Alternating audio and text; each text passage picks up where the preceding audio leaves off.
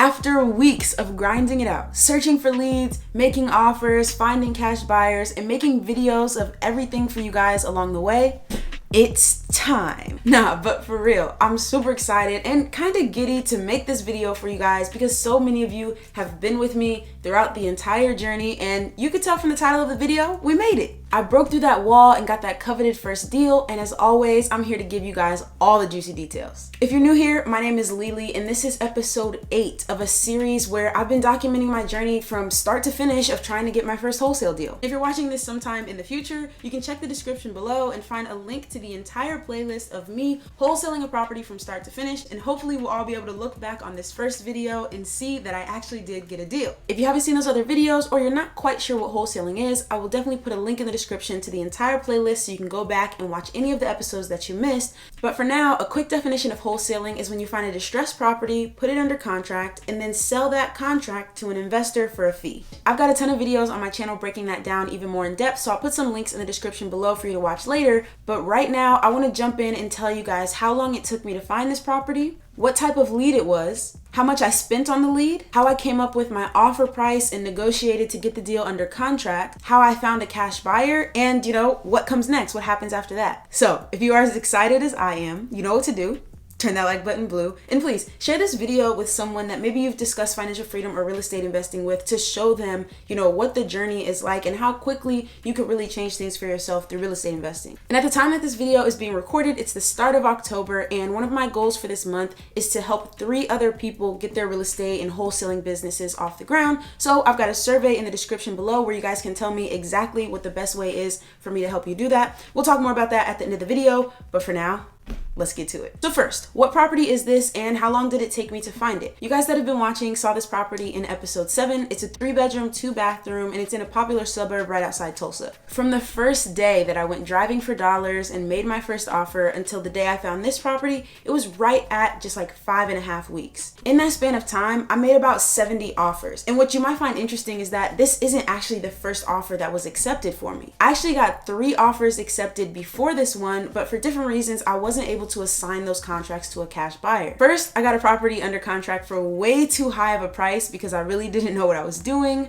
Then I got a property under contract, but we found a plumbing leak and the seller did not want to give a price reduction. And for the 3rd contract, I actually did get a buyer who wanted the property, but his hard money lender said that the property was in such bad condition they wouldn't even give him the loan and said the house should just be torn down instead. Obviously, I'm making so many offers on so many different properties that I can't make a video about every single one, but if you do want to stay up to date on exactly how all my deals are going, definitely follow me over on Instagram at Lili Invest. I'm posting there every day and giving you guys as much behind the scenes content as I can as I try to build this wholesaling business. Next up, how did I find this property? If you've seen other videos of mine, you know that I've decided to target on-market leads rather than off-market leads. This means that I'm using Zillow, Redfin, and for sale by owner listings to find the properties that I want to make offers on rather than driving for dollars, mailing postcards, or even cold calling homeowners. There are a couple of reasons that I do this, and I'm going to make an entire video dedicated to why I like this method, but the main reason comes down to this. Every morning when I wake up and check the market, there are new leads dumped into my lap for free.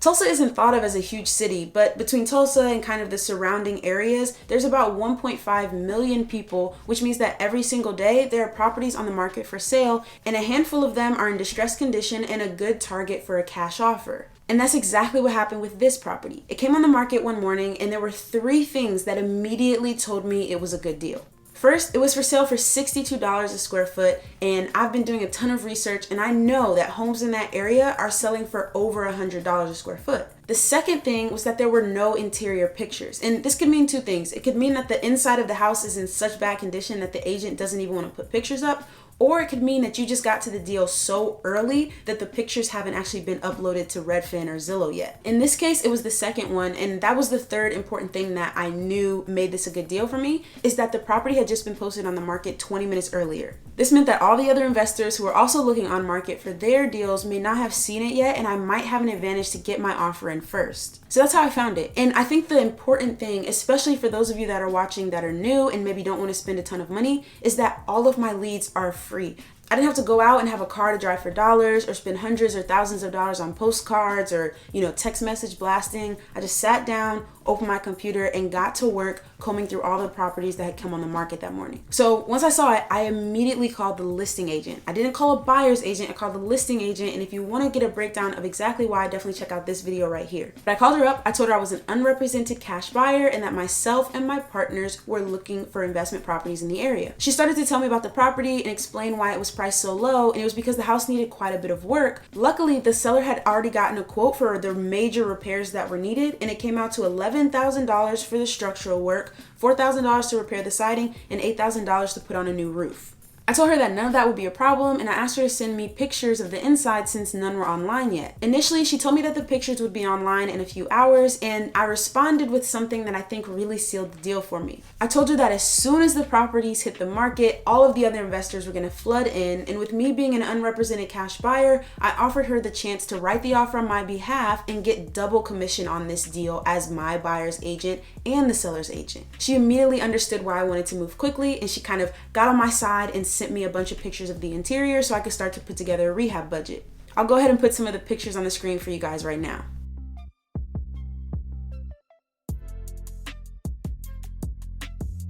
After a little bit more conversation, I also found out that the person who was selling this house wanted to sell it and buy another one, and so she was going to need a little bit longer of a closing period to make sure that she had another place to move to when she moved out of this one. I also had the thought that it might be helpful to her to leave anything that she wasn't going to take to her new house that she just wanted to be thrown away. She could go ahead and leave it in the property, and the investor would take care of it after the closing. Since there was already going to be a dumpster at the property to take out the old carpet and tear the shingles off the roof, it wasn't really an extra worry for the investor to throw away whatever she didn't want, but it did make a difference to her that she didn't have to haul all that stuff off to the dump. So let's talk numbers. The property was listed for $89,900, which is $62 a square foot. Based on the comps in the area, and I'll link this video right here to get a complete explanation of how I run my comps and find the ARV, but I found that this property would be worth about $150,000 all fixed up, which is $104 a square foot. That might seem like a huge gap right there, but in order to know if that $89,900 was actually a good price, I had to figure out what the rehab might cost an investor to fix this property up. I already had the quote from the agent that it was going to cost around $25,000 to put on a new roof, fix the structural issues, and repair the siding to the house. And because the cosmetics inside were pretty good, it really just needed new carpet, maybe a coat of paint, and maybe new kitchen countertops, depending on how much the investor wanted to fix it up, but that would probably cost somewhere around another $10,000 or so. You can also see that same video for how I estimate the rehab costs. So if I put all of that into the 70% rule, which is what most people are told to use when they're flipping houses or wholesaling,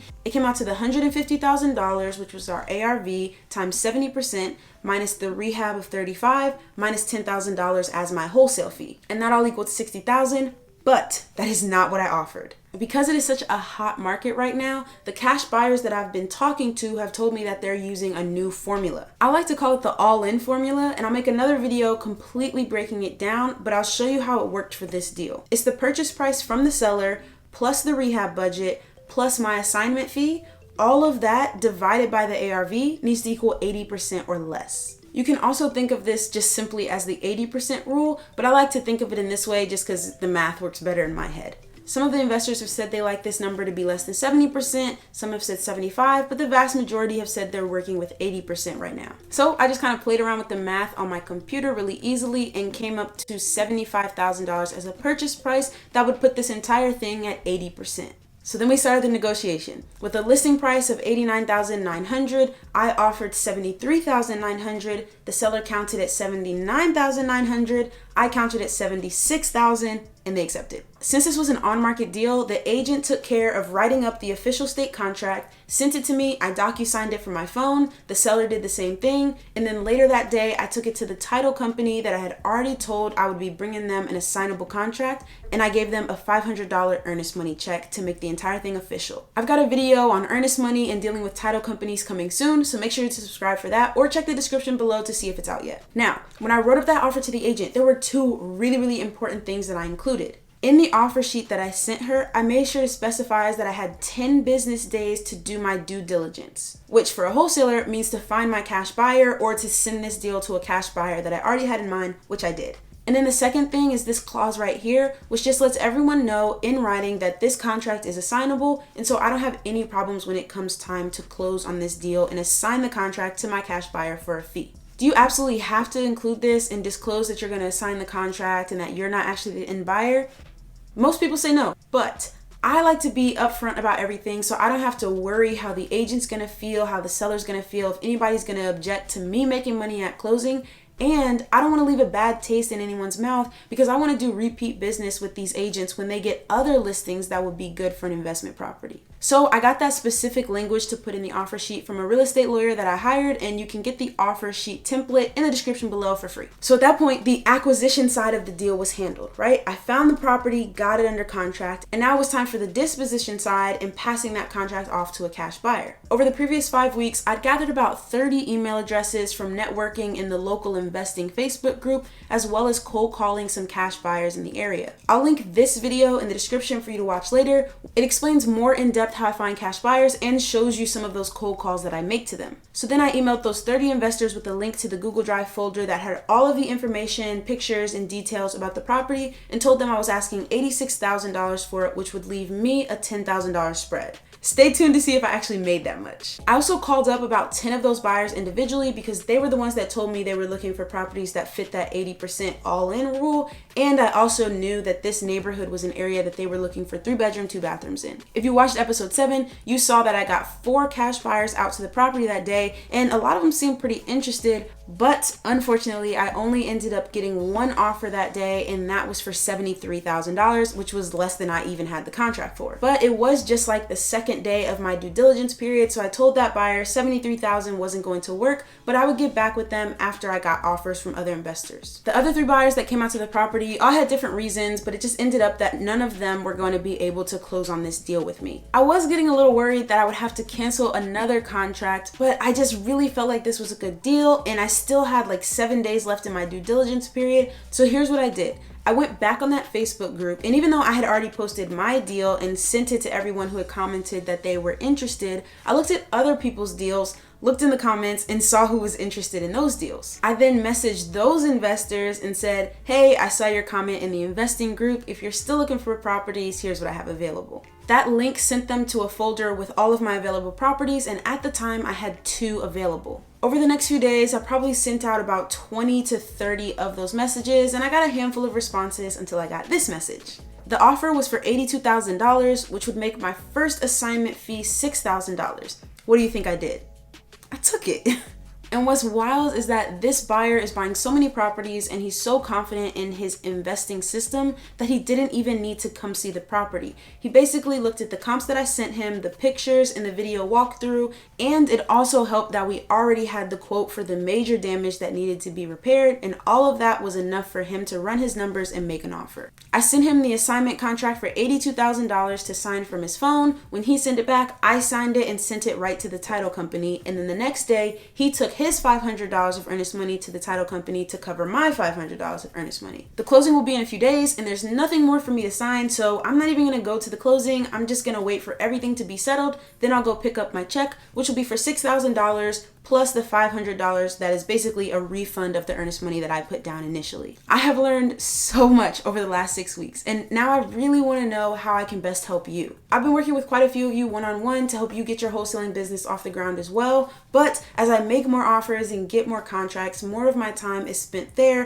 and it's becoming difficult to have enough spots open for all of the people that want one-on-one guidance. So I want you guys to vote and tell me. Should I keep offering a few one-on-one opportunities per week? Should we all get on a few big Zoom calls and just break down the entire process from start to finish? Or is there another idea that you've got? One of my goals with starting this channel was to not just reach financial freedom for myself, but really document the journey and kind of just bring people along with me. So there's a survey link in the description below for you to share all of your thoughts and ideas with me. I promise to read every single one. And this is just the start. We're taking it to a whole nother level, and I really appreciate having you guys on this journey with me. I post videos 3 times a week, and until next time, go take that survey.